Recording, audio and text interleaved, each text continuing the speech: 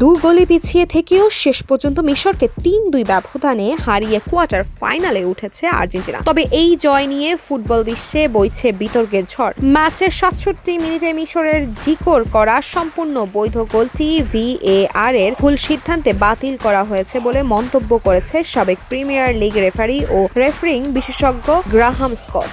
New York টাইমসকে দেওয়া এক সাক্ষাৎকারে তিনি স্পষ্ট জানান, এটি ছিল VAR এর একটি বিস্ময়কর হস্তক্ষেপ এবং নিয়ম বহির্ভূত সিদ্ধান্ত।